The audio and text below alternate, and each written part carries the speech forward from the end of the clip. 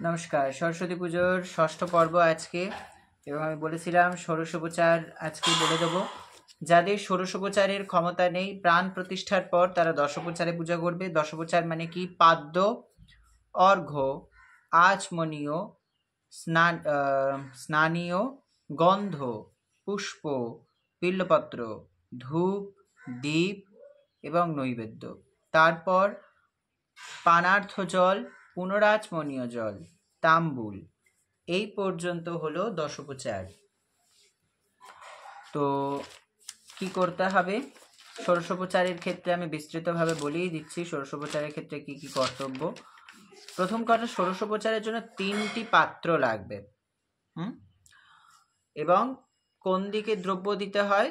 দেবীর দক্ষিণ ভাগ। এখন দেবীর দক্ষিণ ভাগ কোন দিকটা? তোমার বাঁ হাত হলো দেবীর দক্ষিণ দিক, মানে দেবীর ডান দিক। তাহলে সেই দিকে 3টে থালা রাখতে হবে। একটাতে তুমি দ্রব্য রাখবে, অর্চনা করবে, আরেকটিতে তুমি দ্রব্য অর্চনান্তে নিবেদন করবে, সেই থালা। ভুল বললাম, 2টো থালা লাগবে। ঠিক আছে, ষোড়শোপচার বাবদ 2টো থালাই লাগে। প্রথমেই আসন। আচ্ছা, আসনের ক্ষেত্রে কি কি লাগবে? আসন কি কি হতে পারে? আসন হতে পারে পুষ্পাসন। পুষ্পাসন কি? তোমরা বিল্বপত্র আসন দিতে পারো। পুষ্পাসনের মধ্যে, যন্ত্রপুষ্পের মধ্যে তোমরা পদ্ম দিতে পারো, তারপরে কুন্দ দিতে পারো, পলাশ দিতে পারো।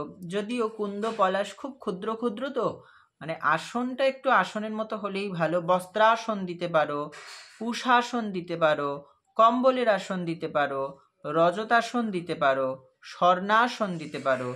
এখন রজতাসন বলতে দোকানে যে ওই মধুপর্ক বাটি রজতাসন অঙ্গুরীয় যে ইয়েটা পাওয়া যায়, ওটা কিন্তু বাবা রজতাসন নয়। ওই ঠকপনা করবে না, খুব বাজে জিনিস এইগুলো। বিশেষ করে যে সমস্ত পুরোহিতরা এগুলো ইউজ করে পুজো করেন তারা আরো বদমাশ। যজমান না হয় জানেন না, যজমান না হয় না জেনেই কিনে নিয়ে এসেছেন, কিন্তু আপনার তো তাকে কেনার আগে বলা উচিত ছিল। বা আপনার কাছে তো ফুল আছে, বিল্বপত্র তো রয়েছে, কেন যন্ত্রাসন করবেন না? দিয়ে দিন। তাহলে কি করবেন? একটা পাত্রে ডান দিকে, আপনার বাঁ দিকে মানে দেবীর ডান দিক হলো, সেখানে একটি পাত্র নিচে রাখবেন। ষোড়শোপচারের থালা থেকে প্রথমে ওই আসন তুলবেন, এবার অর্চনা করতে হবে কুশির জল দিয়ে। বং এ তস্মৈ রজতাসনায় নমঃ বা বং এ তস্মৈ আসনায় নমঃ। যে আসন নেবে, ধরো রজতাসন, রূপোর আসন, স্বর্ণাসন, সোনার আসন, পুষ্পাসন, পুষ্পের আসন, বিল্বপত্রাসনম, বিল্বপত্রের আসন, বস্ত্রাসনম, বস্ত্রের আসন, বা শুধু ইদম আসনম যদি না হতো বলতে পারেন। তাহলে 3বার অর্চনা বং মন্ত্রে। বং এ তস্মৈ রজতাসনায় নমঃ, বং এ তস্মৈ রজতাসনায় নমঃ, বং এ তস্মৈ রজতাসনায় নমঃ, এতে গন্ধ পুষ্পে এ তস্মৈ রজতাসনায় নমঃ বলে ফুলটা রজতাসনের ওপর দেবেন। এতে গন্ধ পুষ্পে তদধিপতয়ে দেবায় শ্রী বিষ্ণবে নারায়ণায় নমঃ সম্প্রদানায় ইং শ্রী সরস্বতীই নমঃ বলে ঘটে পুষ্প দেবেন। এবং তারপর হাত জোর করে বলবেন, ওম আসনম গৃহ্ণ চারবঙ্গী দেবেশী সর্বমঙ্গলে আসনম সর্বকার্যেষু প্রশস্তম ব্রহ্ম নির্মিতাম প্রসীদ জগতাং মাতো সংসার আর্ণবতারিণী ময়া নিবেদিতম ভক্ত্যা আসনম সফলং কুরু বলে বীজ, এই যে আপনার বাঁ হাতটা একটা হাত ভূমিতে রাখবেন, ভূমিতে স্পর্শ করবেন, এবং কুশির জলে এই যে কোষাকুশি, কুশিতে হাত দিয়ে বীজ ইদম রজতাসনম শ্রী সরস্বতী নমঃ বলে আসনের ওপর প্রক্ষণ করে সেই আসনটি নিয়ে দেবীর দক্ষিণ ভাগের যে থালাটি রেখেছেন তার উপর রাখবেন। বোঝা গেছে? তাহলে প্রত্যেকটি দ্রব্য এইভাবেই অর্চনা হবে, অর্চনান্তে নিবেদন হবে। এরপর স্বাগত জানানোর পালা। ওম যস্যা দর্শনমিচ্ছন্তি দেবা সাভিষ্ট সিদ্ধয়ে তস্যৈ তে পরমেশানি স্বাগতম সুস্বাগতম চ তে। ওম ভূর্ভুবস্ব শ্রী সরস্বতী দেবী স্বাগতম সুস্বাগতম চ মে। এরপর পাদ্য।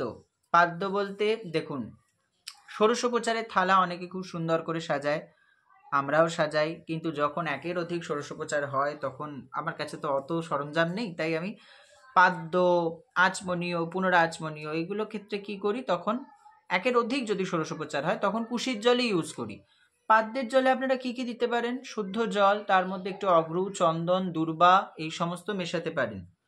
ঠিক আছে, বা শুধু জল দিয়েও পাদ্য হতে পারে। তাহলে ওই পাদ্য নিয়ে পাদ্যং অর্চনার শেষে পাদ্যং গৃহ্ণ মহাদেবী সর্বদুঃসাপহারিণী ত্রায়স্ব বরদে দেবী নমস্তে বিদ্যাদায়িনী বীজ এতৎপাদ্য জলম শ্রী সরস্বত্যৈ নমঃ। নিবেদন হলো এবার অর্ঘ্য। যে বিশেষার্ঘ্য স্থাপন করেছিলেন সেই অর্ঘ্য ওম দুর্বাক্ষত সমায়ুক্তম বিল্লপত্রম তথা পরম শোভনম শঙ্খপাত্রস্থ গৃহানর্ঘ্যম পরমেশ্বরী এষ অর্ঘ্য শ্রী সরস্বত্যৈ নমঃ বলে অর্ঘ্য নিয়ে দেবীর মস্তকে দিতে পারেন অথবা ঘট পরিস্থাপন করবেন। এরপর আচমনীয়। আচমনীয় বলতে তৈজস পাত্রের মধ্যে কক্কল, জায়ফল, লবঙ্গ চূর্ণ করে দিতে পারো, অথবা মতান্তরে কর্পূর, চন্দন, আগ্রু, পুষ্প এইগুলো দিয়েও আচমনীয় তৈরি করা যায়। মতান্তরে শুধুমাত্র জল দিয়েও আচমনীয় হয়, সেক্ষেত্রে বলতে হবে বং এতস্মৈ আচমনিয়ার্থ উদকায় নমঃ। তো এইভাবে আচমন করানোর পর ওম মন্দাকিন্নস্তু যদ্বারি সর্বপাপ হরং শুভং গৃহাণমাচমনিয়ং ত্বং ময়া ভক্ত্যা নিবেদিতম ইদম আচমনিয়ম শ্রী সরস্বত্যৈ নমঃ। এরপর মধুপর্ক। মধুপর্ক বলতে কাঁসার বাটি, রূপোর বাটি, সোনার বাটি, তিনটে বাটির মধ্যে যে কোনো একটা বাটি, সেই বাটির মধ্যে মধু একটু বেশি দেবে, তারপর দুধ, ঘৃত, চিনি অথবা গুড় এবং নারকেল জল কাংসপাত্রে সমপরিমাণ মেশাবে। এটি হলো মধুপর্কের নিয়ম। অনেকে কি করে 16 মানে যত ভাগ মধু নেয়, আমি হিসাবটা বলছি, ধরো 16 চামচ মধু, তাহলে 8 চামচ দই, 4 চামচ ঘি, 2 চামচ চিনি, 1 চামচ নারকেল জল দিয়ে মধুপর্ক তৈরি করে। কিন্তু বাবা মধুপর্কটা তো মানে শরবতের মতোই হওয়া উচিত। তাই মধুপর্কের ক্ষেত্রে অনেকে কি করে মধুটা একটু বেশি দিয়ে বাকিগুলোর সমপরিমাণ মিশে একটু বেশ জলো জলো বা একটু বেশ মাখো মাখো তৈরি করে। দেখো মধুপর্কটা তো তোমাকেই খেতে হবে আলটিমেটলি, তো এমন বিচ্ছিরিভাবে তৈরি করবে না যাতে মধুপর্কের টেস্টটাই নষ্ট হয়। আর দ্বিতীয়ত কথা, মধুপর্কে যে ঘি মেশানোর কথা বলা হয়েছে, অন্তত বাজারে বহু ব্র্যান্ডের ঘি পাওয়া যায়, সেইগুলো ইউজ করো। হোম করার জন্য যে 200 টাকার 1 কেজি ঘিটা নিয়ে আসো কিপটামি করে, সেই ঘি দিয়ে কোনো করার প্রয়োজন নেই। মধুপর্ক প্রয়োজন বলে দেবে না মধুপর্ক, কিন্তু ছ্যাঁচড়ামি করে মধুপর্ক করবে না। তো মধুপর্ক নিবেদন করে ও মধুপর্কং মহাদেবী ব্রহ্মাদ্যৈ পরিকল্পিতং ময়া নিবেদিতম ভক্তিয়া গৃহাণো পরমেশ্বরী এষ মধুপর্ক শ্রী সরস্বত্যৈ নমঃ। পুনরাচমনীয়। মধুপর্কের পর পুনরাচমনীয়। এবার শারদা তিলক অনুসারে শুদ্ধ জল দিয়েই পুনরাচমনীয় দেবে। তো ওই শুদ্ধ জল একটু কুশিতে করে অর্চনা করবে। বং এতস্মৈ পুনরাচমনীয় দকায় নমঃ অধিপতয়ে দেবায় বিষ্ণবে নারায় নমঃ সম্প্রদানায় শ্রী সরস্বতী নমঃ বলে শুদ্ধি ওম অশুচি বলে ওম যদচ্ছিষ্টম अपपृष्ठम शुद्धिमेतदखिलं यगत तस्मै मुखरविन्दाय पुनराचमनीयं कल्पयामि ते बा उच्छिष्टमप्यशुचित बा जस्या स्मरणमात्रत शुद्धिमाप्नोति तस्मै ते पुनराचमनीयकम् अथवा इमा अपो मया भक्त्या तव पानितलिर्पीता आचमय महादेवी प्रीता शान्तिं प्रयच्छ मे। एतत् पुनराचमनीय जलम श्री सरस्वत्यৈ नमः বলে পুনরাচমনীয় নিবেদন করবে। এরপর গন্ধ তৈল। নির্দিষ্ট আধারে তেল নিতে পারো, যা তোমার তেল দেওয়ার বাজাজ আমন্ড অয়েল বাদ দিয়ে, কারণ ওটা চুলের জন্য খুব ক্ষতিকারক, ওর মধ্যে এলএলপি থাকে যেটা ভীষণভাবে ক্ষতিকারক। তো যারা বাজাজ আমন্ড অয়েল ভেবে মাখছো মাথার চুলে, চুলগুলো নষ্ট করো না, বন্ধ করে দাও, আর দেবীদের দেওয়া বন্ধ করে দাও, নাহলে চুলও উঠিয়ে দেবে, বিদ্যাও উঠিয়ে দেবে। তো তৈল বং এতস্মৈ তৈলায় নমঃ মন্ত্রে অভিমন্ত্রিত করে তারপর ওম স্নেহম গৃহান স্নেহিন লোকানম হিতকারিণী সর্বলোকেষু শুদ্ধাত্মম দদামি স্নেহমুত্তমম ইদম গন্ধ তৈলম শ্রী সরস্বতী নমঃ মন্ত্রে নিবেদন করবে। স্নানীয়। নির্দিষ্ট আধারের মধ্যে গন্ধ, পুষ্প এবং অক্ষত, এই তিনটে দিয়ে স্নানীয় জল হয়। বং এতস্মৈ স্নানীয় দোকায় নমঃ মন্ত্রে তোমরা স্নানীয় জল দেবে। ইদম সুশীতলম বারিম সচ্ছং শুদ্ধং মনোহরম ময়া নিবেদিতম ভক্ত্যা স্নানিয়ম কুরু ইদম স্নানার্থ জলম শ্রী সরস্বত্যৈ নমঃ। বস্ত্র। স্নানীয় জলের পর এবার বস্ত্র দেওয়ার পালা। বং এতস্মৈ বস্ত্রায় নমঃ বং এতস্মৈ বস্ত্রায় নমঃ। বস্ত্রের নাম করে ওই খুব নোংরা 100 টাকা দামি কাপড় কিনে নিয়ে আসবে না। যাদের ক্ষমতা আছে তারা তো একদমই না। 12 হাত কাপড় হতে হবে এবং ঠিকঠাক হতে হবে। হ্যাঁ, যদিও পুজোর শেষে কাপড়টা ব্রাহ্মণের স্ত্রীর কাছেই যাবে, কিন্তু তার মানে কাপড়টা কিন্তু আগে মায়ের কাছেই যাবে। ঠিক আছে, যিনি দিয়েছেন তিনি কিন্তু কেড়ে নিতে 2 মিনিট সময় নেবেন না। তাই কিপটামি করে ওই ব্রাহ্মণের স্ত্রী পড়বে বলে ওই 100-150 টাকার ছাপা শাড়ি, প্রিন্টেডের এরকম বাজে শাড়ি এই সমস্ত দেওয়া বন্ধ করো। খুব বাজে জিনিস। কেউ তোমাকে মাথা দিব্যি দেয়নি তোমাকে পুজো করতে হবে, তুমি নিজের জন্য করছো। তো বং তস্मै বস্ত্রায় নমঃ অধিপতয়ে দেবায় শ্রী বিষ্ণবে নারায়ণ নমঃ সম্প্রদানায় শ্রী সরস্বতী নমঃ মন্ত্রে এরপর বস্ত্র নিবেদন করবেন। ওম তন্তু সন্তান সন্নদ্ধম রঞ্জিতম রাগবস্তুনা মহাদেবী ভজ প্রীতিম বাসস্তে পরিধীয়তাম। সঙ্গে উপবিতটাও তম দেবী পরমেশানি পরব্রহ্ম স্বরূপিণী যজ্ঞ বস্ত্রমিদম পুণ্যম যজ্ঞম সূত্রমিদম শুভে ইদম সৌপবিত বস্ত্রম শ্রী সরস্বতী নমঃ। এরপর আভরণ দেওয়ার পালা। আভরণে কি কি দিতে পারো? রজতাভরণ, রূপোর একটা আংটি, স্বর্ণাভরণ দিতে পারো, পুষ্পাভরণ দিতে পারো, রূপোর এই পুষ্পের মুকুট, হাতের বালা, কানদুল, গলার মালা মানে গলার হার আর কি পুষ্পের, অথবা তোমরা আরো দিতে পারো হচ্ছে চন্দ্রমাল্য ভরণ। তো বং তস্मै আভরণ দ্রব্যায় নমঃ মন্ত্রে অভ্যুক্ষণ করে যথাপযুক্ত ভাবে ভালো করে তাকে শোধন করার পর আভরণের মন্ত্র হচ্ছে ওম বিশ্বাভরণ ভূতাयै বিশ্ব শোভৈক यो नये माया विग्रह भूषार्थम भूषणानि समर्पय इदम आभरणम श्री सरस्वती नमः। শঙ্খাভরণ, সরস্বতীকে শঙ্খ অবশ্যই দিতে হবে। বং তস্मै শঙ্খাভরণায় নমঃ বলে অভিমন্ত্রিত করে যা করার করবে। শঙ্খোয়ং বিবিধৈশ্চৈত্রম কররভূষণং তব দীয়তে চ ময়া ভক্তিয়া গৃহাণো পরমেশ্বরীম ইদম শঙ্খাভরণম শ্রী সরস্বতী নমঃ। এরপর কাজল।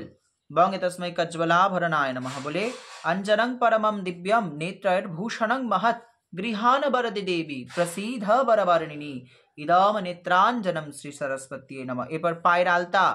বং তস্मै অলক্তায় নমঃ ওম পাদয় শোভনম দিব্যম অলক্তম সুমনোহরম ময়া নিবেদিতম ভক্তিয়া স্থানং দেহি পদাম্বুজে ইদম অলক্তম শ্রী সরস্বতী নমঃ। এরপর গন্ধ। গন্ধ কি না বাটিতে অগ্রু চন্দন এরপর কর্পূর ঘষে ঘষে গন্ধ তৈরি করবে, বেশ একটা মোটা পাড়া গন্ধের আস্তরণ তৈরি হবে। বং তস্मै গন্ধায় নমঃ মন্ত্রে অভ্যুক্ষণ যাতা যাতা করলে তারপরে হচ্ছে কি শরীরম তেন জানামি চেষ্টাম নৈব চ ময়া নিবেদিতন গন্ধান প্রতিগৃহ্য বিলিপ্যতাম এষ গন্ধ শ্রী সরস্বতী নমঃ। পুষ্প। বং তস্मै পুষ্পায় নমঃ পুষ্পায় নমঃ পুষ্পায় নমঃ। এবং সেখানে কি করবে অর্চনার শেষে ওম পুষ্পম সুমনোহরম রম্যম সুগন্ধি সুদেব নির্মিতাম হৃদ্মদ্ভুতমাঘ্রেয়ম দেবী দত্ত্যম প্রগৃহ্যতাম ইমানি সচন্দন পুষ্প সহিত সাজ্য পাত্রাণি শ্রী সরস্বত্যৈ নিবেদয়ামি। বাবা ষট। বিল্লপত্র। ওম অমৃতোদ্ভব মালুরৌ শঙ্করস্য সদা প্রিয়া বিল্লপত্রং প্রযচ্ছামি পবিত্রং তে সুরেশ্বরী। আরেকটি মন্ত্র আছে তুর্যবন সম্ভূতম নানা গুণ মনোহরম আনন্দ সৌরভম বিল্লপত্রমেতৎ প্রতিগৃহ্যতাম এতানি সচন্দন বিল্লপত্রাণি শ্রী সরস্বতী নমঃ। ধূপ। বনস্পতি রসোৎপন্ন গন্ধাঢ্যো সুমনোহর আঘ্র্য সর্বদেবানাং ধূপয়ং প্রতিগৃহ্যতাম এষ ধূপ শ্রী সরস্বতী নমঃ। ধূপ ধরার অর্থ হচ্ছে এই যে অঙ্গুষ্টাবের এই যে এই দুটো আঙুলের মাঝখানে প্রথমত কথা হচ্ছে তর্জনী মধ্যমার দ্বারা ঘন্টার পুজো করবে, মানে জয়ধ্বনির মন্ত্র মাতা স্বাহা এইভাবে ঘন্টার পূজন করলে, এবং তারপরে কি করবে মধ্য আর অনামিকা মানে এই দুটোর মাঝখানে মধ্য পর্বে তোমরা ধূপ নেবে, এইভাবে নিয়ে এরপর দেবীর নাসিকা পর্যন্ত ঘোরাবে, তারপরে নিজ দক্ষিণ দিক অর্থাৎ নিজের ডান দিকে স্থাপন করবে ধূপ, মানে দেবীর বাঁ দিকে ধূপ জ্বলবে। এরপর হচ্ছে দ্বীপ। একই রকম ভাবে যা দ্বীপের নিবেদন মন্ত্র সেরকম করে সুপ্রকাশ মহাদীপ সর্বতস্তিমিরাপহ সভায় অভ্যন্তর জ্যোতির্দীপয়ং প্রতিগৃহ্যতাম এষ দীপ শ্রী সরস্বতী নমঃ বলে নিবেদন করবে, এবং একই রকম ভাবে দ্বীপ ঘুরিয়ে নিজের বাম দিকে স্থাপন করবে, অথবা অনেকে নিজের দক্ষিণ দিকেও রেখে দেয়। দ্বীপ দুরকম হতে পারে, একটি হচ্ছে তৈল দ্বীপ হতে পারে, আর একটি হচ্ছে তোমার ঘৃত সম্পূর্ণ দ্বীপ হতে পারে। দ্বীপকাঠি তৈরি করবে কিভাবে, একটা ধরো ওই কুচি কাঠি নিলে তার মধ্যে ভালো করে তুলো পাকিয়ে তার মধ্যে শুকনো করে ঘি মাখিয়ে তার মধ্যে কর্পূর দিয়ে দ্বীপ হয়ে গেল। এরপর নৈবেদ্য নিবেদন। তাহলে নৈবেদ্য নিজের বাঁ দিকে স্থাপন করবে, মানে দেবীর দক্ষিণ ভাগে অথবা দেবীর সামনে নৈবেদ্য দেবে, কখনো নিজের পিছনে দেবীর পিছনে অথবা দেবীর বাঁ দিকে নৈবেদ্য দেবে না। তাহলে নৈবেদ্য কোথায় স্থাপন করতে হবে, নিজের বাঁ দিকে, নিজের বাঁ দিকে, তাহলে সেটা দেবীর দক্ষিণ দিকে হবে। তাহলে বং এতস্মৈ নৈবেদ্যায় নমঃ, বং এতস্মৈ নৈবেদ্যায় নমঃ, বং এতস্মৈ নৈবেদ্যায় নমঃ। অধিপতয়ে দেবায় শ্রী বিষ্ণবে নমঃ, সম্প্রদানায় শ্রী সরস্বতী নমঃ। ফট ফট ফট ওম সুপ্রক্ষিতমস্তু শ্রী বিষ্ণু পুণ্ডরিকাক্ষ পুনাতু। হোং মন্ত্রে অবগুণ্ঠন মুদ্রা। আচ্ছা, চক্র মুদ্রায় অভিরক্ষণম। জং মন্ত্রে দোষ দহন দোষশোধন, রং মন্ত্রে দোষ দহন, বং মন্ত্রে ধেনুমুদ্রা প্রদর্শনম। মৎস্য মুদ্রায় আচ্ছাদন করে বীজ 10 বার জপ করে এতৎ সৌপকরণ নৈবেদ্যম শ্রী সরস্বতী নমঃ। তোমরা সবাই জানো নৈবেদ্য নিবেদন মন্ত্র, নৈবেদ্যম বিবিধম দিব্যম সুমিষ্টং ফলমূলকম শর্করাদি সমাযুক্তম চর্ব্যং চুষ্যং প্রগৃহ্যতাম। রচনা 5টি ফল দিয়েও রচনা হয়, চিড়ে, খই, মুরকি, নানা রকমের বস্তু দিয়েও রচনা তৈরি হয়। নানা ফল সমাযুক্ত নানা বস্তু সুশোভিতাম রচনান্তে প্রযচ্ছামি গৃহানো পরমেশ্বরী। এরপর পানার্থদোক। জলঞ্চ শীতলঞ্চ স্বচ্ছম নিত্যম শুদ্ধং মনোহরম পানার্থন্তে প্রযচ্ছামি গৃহানো পরমেশ্বরীম। পুনরাজমণি একই রকম ভাবে শুদ্ধ জলে ইমা আপময়া ভক্তিয়া তব পানির তলের পিতা আচাময় মহাদেবী প্রত্যাশান্তিং প্রযচ্ছামি। তাম্বুল। ওম পূগ কর্পূর খদীর লবঙ্গৈ লাদি সংযুতম তাম্বুলং মুখরাগায় কল্পয়ামি নমোস্তুতে। হয়ে গেল।